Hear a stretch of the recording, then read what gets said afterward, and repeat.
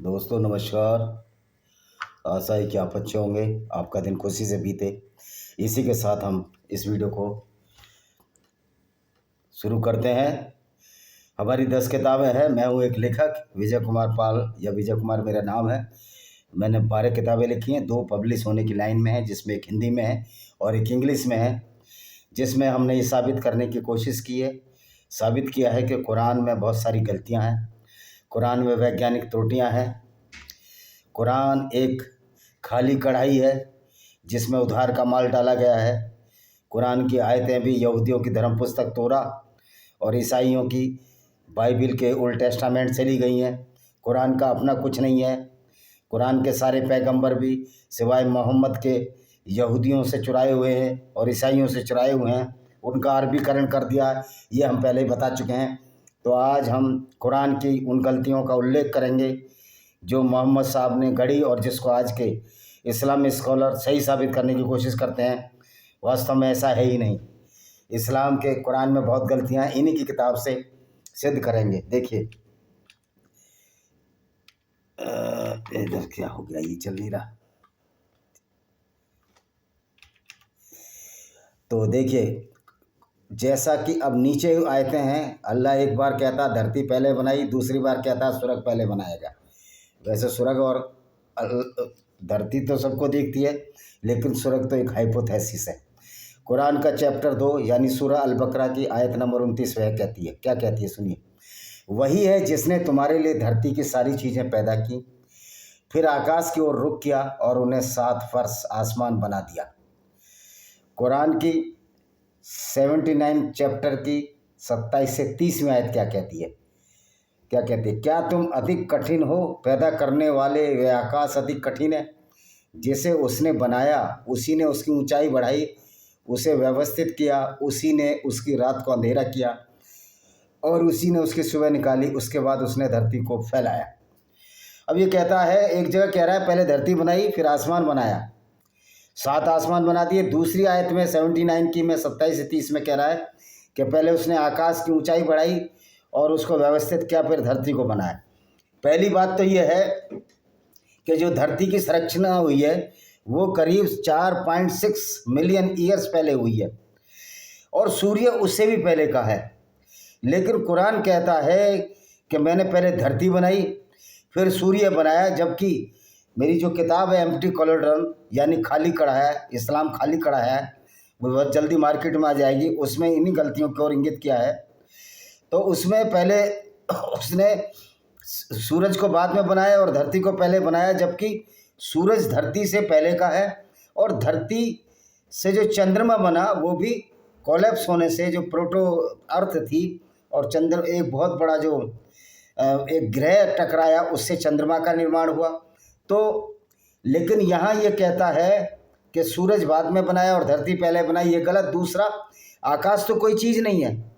आकाश तो सारा आकाश है, वायुमंडल है, जिसमें हमारी पृथ्वी भी तैर रही है, जो गैलेक्सी है जिसको हम आकाश गंगा कहते हैं, और हमारी आकाश गंगा का नाम है मिल्की वे या धवल गंगा, उसमें सूर्य है। और इस्लाम के जानने वालों को ये पता ही नहीं था कि अकेला सूर्य नहीं है, और सूर्य एक तारा, ये भी पता नहीं था, और ये मध्यम आकार का तारा है। तो ये तो गैलेक्सी जो बनी है वो तो स्वतः डेवलपमेंट से हुई। अगर इसको अल्लाह बनाने वाला होता तो अल्लाह आकाश की बात ना करता। अल्लाह ये कहता जो मिल्की वे है, जो गंगा हमारी आकाश गंगा है, उसमें सारी चीज़ें मैंने तैरा दी। लेकिन उसने कहीं ऐसा ना कहा। उसने तो ये बोला कि मैंने धरती बनाई फिर उसके बाद सूरज बनाया, जबकि सूरज पहले बना था। ये तो खोजों साबित हो चुका है। अब संख्या का भी विरोधाभास, कुरान में बहुत सारे संख्यात्मक विरोधाभास हैं। अल्लाह साधारण गणना करने से भी गलती नहीं कर सकते। स्वर्ग और पृथ्वी को बनाने में कितने दिन लगे। कुरान के चैप्टर 7 की 54वीं आयत क्या कहती है, तुम्हारा पालनहार अल्लाह है जिसने आकाशों और धरती को 6 दिनों में पैदा किया। कुरान चैप्टर 10 की आयत नंबर 3 क्या कहती है, निसंदेह तुम्हारा रब अल्लाह है जिसने आकाशों और धरती को 6 दिन में पैदा किया। कुरान की 11:7 क्या कहती है, वही है जिसने आकाश और धरती को 6 दिन में पैदा किया। कुरान की 25 से 29वीं आयत क्या कहती है, वह जिसने आकाश और धरती को जो कुछ उनके बीच में 6 दिन में पैदा किया। तो उपरोक्त आयत स्पष्ट बताती है कि अल्लाह ने आकाश पृथ्वी को 6 दिनों में बनाया, लेकिन 6 दिनों में पृथ्वी नहीं बनी, ये भी झूठ है। खैर वो झूठ तो है ही, वो तो पकड़ा गया, लेकिन इसके विरोधाभास की भी बात करेंगे। एक बार तो गलत झूठ बोला मोहम्मद ने, क्योंकि अल्लाह तो काल्पनिक है। फिर दूसरी तरफ क्या कहती है, देखो कुरान की 41 की 9वीं आयत क्या कहती है, क्या तुम उसको झुठलाते हो जिसने धरती को 2 दिन में पैदा किया। यहाँ धरती को इसने 2 दिन में पैदा किया। कुरान की 41:10 आयत क्या कहती है, उसने धरती पर पहाड़ स्थापित किए जो धरती से बहुत ऊपर खड़े थे, और धरती पर बरकत प्रदान की। उसने हर चीज़ को नापकर उचित अनुपात पोषण दिया 4 दिनों में।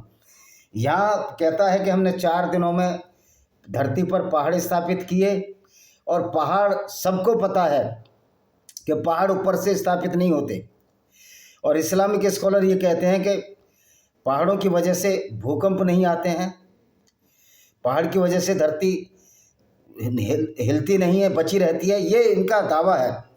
लेकिन आपको पता है कि पहाड़ों का निर्माण ही भूकंप की, जब प्लेटें टकराती हैं पृथ्वी के अंदर की, क्योंकि हम भी एक तैरते हुए ठोस पदार्थ पर रह रहे हैं, अंदर जो कोर है वो पृथ्वी का, वो एक सॉलिड नहीं है, वो द्रव्य है, वो बहुत गर्म है। तो उस पर तैरते हैं, जब प्लेटें टकराती हैं तो जो उभार हैं, जो पावर टकराती है कोई भी, तो उससे जो उभार पैदा होते हैं वो पर्वत कहलाते हैं, और कहीं गड्ढे भी बन जाते हैं। ये नहीं कि पहाड़ी पैदा होते हैं। लेकिन कुरान का अल्लाह इस चीज़ को जानता नहीं था। मोहम्मद ने ये सोचा कि कुरान का अल्लाह तो मोहम्मद ही था। मोहम्मद ने सोचा ये पहाड़ जो है इसलिए गाड़े हैं जिससे धरती उड़ ना जाए अल्लाह ने। लेकिन धरती कहाँ उड़ने वाली थी, धरती तो पहले ही कॉन्ग्रुमुलेशन या एक्यूमुलेशन था। मैग्नेटिक इफेक्ट की वजह से धरती तो सारे तत्व इकट्ठे हो गए हैं। जब तक धरती एक बहुत बड़ा मैग्नेट है, चुंबक है, और उसकी वजह से ही धरती की संरचना हुई है। पहाड़ों की वजह से तो धरती को कोई फर्क ही नहीं पड़ना था, क्योंकि पहाड़ तो उसके अंदर के मटेरियल हैं। तो ये कुरान का अल्लाह और इस्लामिक स्कॉलर हैं जो ये बताने की कोशिश करते हैं कि कुरान साइंटिफिक है, लेकिन ये बहुत अनसाइंटिफिक है। ये लोगों को कत्ल करना वो अलग चीज़ है। सामाजिक रूप से भी ये समस्या पैदा करती है और वैज्ञानिक रूप से भी ये समस्या पैदा करती है। कुरान का 21:42 क्या कहता है, अतः उसने उनको आसमानों को 2 दिन में 7 आकाशों के रूप में पूरा कर लिया। यहाँ 2 दिन में 7 आसमानों को पूरा कर लिया, तो यानी कि मोहम्मद साहब का खुद ही कंट्रोल नहीं था दिमाग पर। वो जैसा भी अंड बंड संड चाहते थे वैसा उन्होंने किया और लोगों को बेवकूफ़ बनाकर चले गए। इससे सबसे ज़्यादा नुकसान तो हमारे मुस्लिम भाइयों को हुआ। वो कुरान की आयतें पढ़ें या वैज्ञानिक बने। अगर वो वैज्ञानिक बनते हैं तो ये जो मौलाना हैं बड़ी दाढ़ी वाले और बीच में मूंछें सपाचट, जो उनको सोचते हैं कि इससे इनको जन्नत मिल जाएगी, या टखने से ऊपर पजामा पहनने से इनको जन्नत मिल जाएगी, या घुटनों से नीचे पहनने से जन्नत मिल जाएगी, इस तरह की उल जुल बातें जो कुरान में गढ़ी, उससे मुसलमानों का ज़्यादा फायदा हुआ। तो आयतों में ऐसी गलतियां देख सकते हैं। कुरान 4:11, 4:12 और 4:176 उत्तराधिकार कानून है। मैंने कल बताया, इन आयतों में देखा जा सकता है कि सभी वितरित भागों को जोड़ने के बाद कुल संपत्ति उपलब्ध संपत्ति से अधिक हो जाती है, यानी कुल योग 1 से अधिक हो जाता है। जैसे कि लड़के को आधा मिले, 2 लड़कियां हों तो उनको आधा मिले, 3 हो तो लड़के को डबल मिलता ही नहीं है। तो ये बहुत सारी वैज्ञानिक त्रुटियाँ हैं, मैंने अपनी किताब में लिखी हैं। बंटवारे में भी अल्लाह जो है फैसला नहीं कर पाया ढंग से कि किस तरह हिसाब लगाना है। तो अल्लाह का गणित भी कमज़ोर था, क्योंकि मोहम्मद का गणित कमज़ोर था। अल्लाह के दिन 1000 साल के बराबर है या 50,000 साल के बराबर, पता ही नहीं लगता कहीं भी। कुरान की चैप्टर 22 आयत नंबर 47 क्या कहती है, प्रभु की दृष्टि में एक दिन तुम्हारे हिसाब के 1000 वर्ष के बराबर है। कुरान 32 की 5 क्या कहती है, उसी की ओर एक दिन है जिससे तुम्हारा हिसाब 1000 वर्ष का होगा। कुरान का 70 का 4 कहता है, फरिश्ते और रूह उसके पास एक दिन में चढ़ते हैं जिसकी अवधि 50,000 वर्ष है। अब कहीं 1000 साल, कहीं 50,000 साल, तो ये सब कहानियाँ गढ़ी गई हैं। मोहम्मद को कुछ मालूम ही नहीं था कि पृथ्वी और सूर्य कम बना, तो उसने कह दिया नहीं, अल्लाह का दिन तो 1000 साल के बराबर एक दिन, कहीं कह दिया 50,000 है।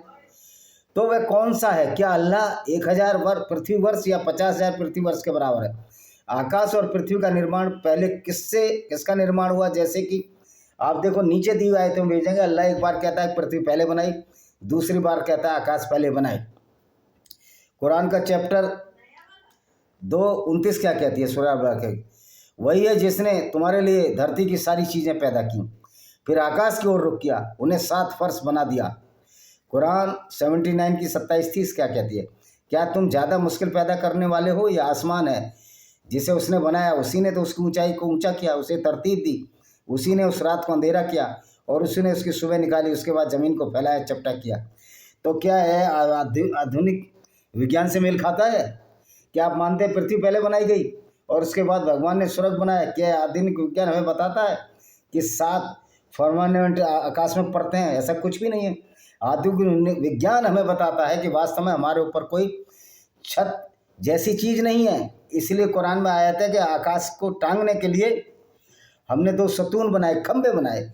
यह केवल एक स्थान है जिसकी कोई सात सीमा नहीं है। ये श्लोक, ये जो आयत है, हमारे ऊपर छत के प्राचीन विचार को पुष्ट करते हैं, जिससे आकाश कहा जाता है। कितना मज़ेदार बात है, जबकि आकाश तो कभी गिरता ही नहीं। हाँ, शेख चिल्ली सोचता था कि आकाश गिर रहा है तो इसलिए छतरी लगाई गाँव पर उसने। तो ये मोहम्मद भी शेख चिल्ली की तरह परिकल्पनाएं करते थे। अब देखिए सूर्यास्त और सूर्योदय। कुरान हमें सिखाता है कि सूर्य कीचड़ भरे झरने में अस्त होता है। कुरान की 48 से 86 आयत कहती है, यहाँ तक कि वह यात्री यानी जुलकरनैन, उसका नाम है जुलकारनैन, एक इनका प्रॉफिट माना जाता है, सूर्य के अस्त होने के स्थान पर पहुंचा तो उसने एक कीचड़ भरे झरने में डूबते पाया। कुरान की 18:90 कहते हैं, यहाँ तक कि जब वह सूर्य के उदय होने के स्थान पर पहुंचा तो उसने ऐसे लोगों पर उदय होते पाया जिसके लिए हमसे उससे कोई आश्रय निर्धारित नहीं किया था। यहाँ देखिए गंभीर वैज्ञानिक त्रुटियाँ हैं कि सूर्य है जो पृथ्वी से 3,60,000 पृथ्वी आ जाए सूर्य में, वो कीचड़ में कैसे डूब जाएगा? सबसे पहले ये वैज्ञानिक तथ्य है, सूर्य कभी भी कीचड़ भरे झरने में डूबता। दूसरा, ऐसे लगता है कि ये एक सपाट पृथ्वी की पूर्व धारणा है, अन्यथा पश्चिम या पूरब में कोई चरम बिंदु कैसे हो सकता है? जब सपाट एक चादर की तरह होगी तब तो पूरब होगा, पश्चिम होगा, लेकिन पृथ्वी तो गोल है। तो मोहम्मद को ये पता ही नहीं था कि पृथ्वी चपटी है या गोल है। तो ये बड़ी महान त्रुटि है मोहम्मद के और कुरान में, इस्लाम में, और इस पर ये पूरी दुनिया चल रही है। मौलाना इसलिए कहते हैं कि धरती को चादर की तरह फैलाया, तो हो ही नहीं सकता। चरम बिंदु जब होगा किसी का, जब चादर का एक एंड है, लेकिन जब गोल चीज़ है उसका क्या एंड है? बॉल है, उसका कोई एंड है? तो पृथ्वी बॉल जैसी है। तो वहाँ सूर्योदय मूल रूप से इस धरती पर किसी भी अन्य स्थान, भूमि या समुद्र पर जैसा ही होगा। ये अभी ऐसा लगता है जैसे बहुत दूर अस्त हो रहा है। वह कहता है कि उस स्थान पर पहुँच गया जहाँ सूर्य अस्त होता है, और अपनी दूसरी यात्रा में वह स्थान जहाँ उदय होता है। तो ये तो सूर्य तो कभी डूबता भी नहीं है। पृथ्वी कभी डूबता है क्या? सूर्य कभी पृथ्वी के किसी हिस्से में दिखाई देता है, कभी किसी हिस्से के दिखाई देता है, क्योंकि पृथ्वी की जो घूर्ण गति है वो इसी तरह की है। जो पृथ्वी के सामने वाले भाग जो सूर्य के प्रकाश के सामने होते हैं, दिन होता है, बाकी रात होती है।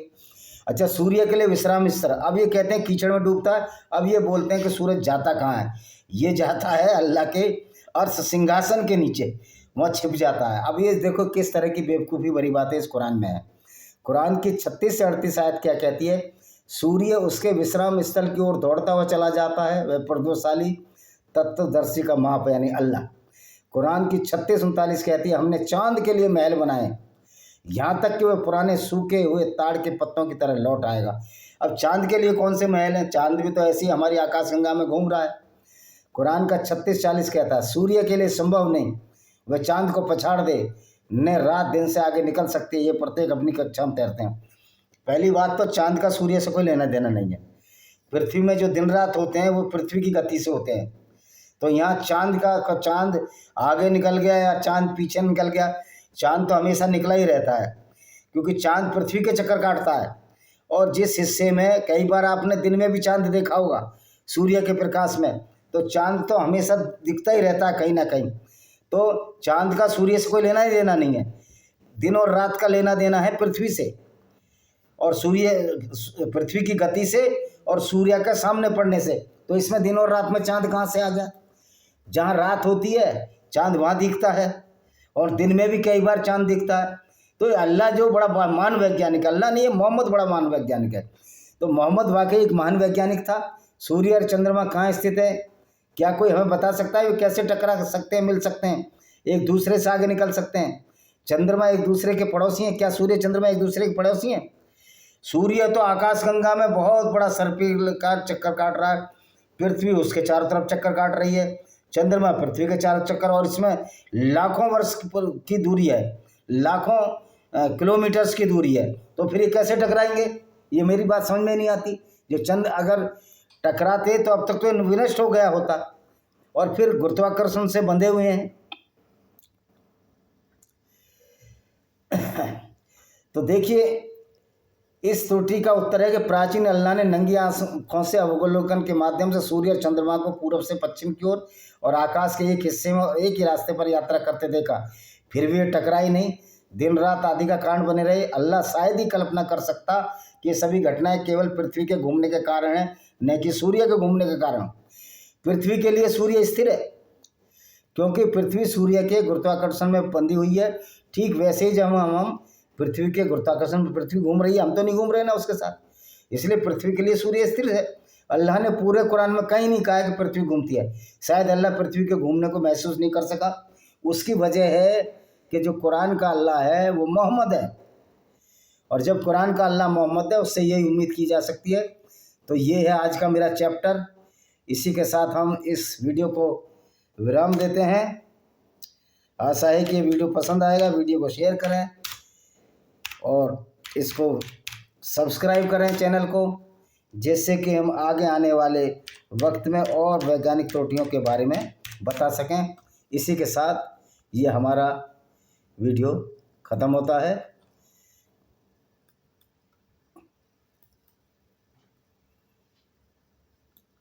चल भाई।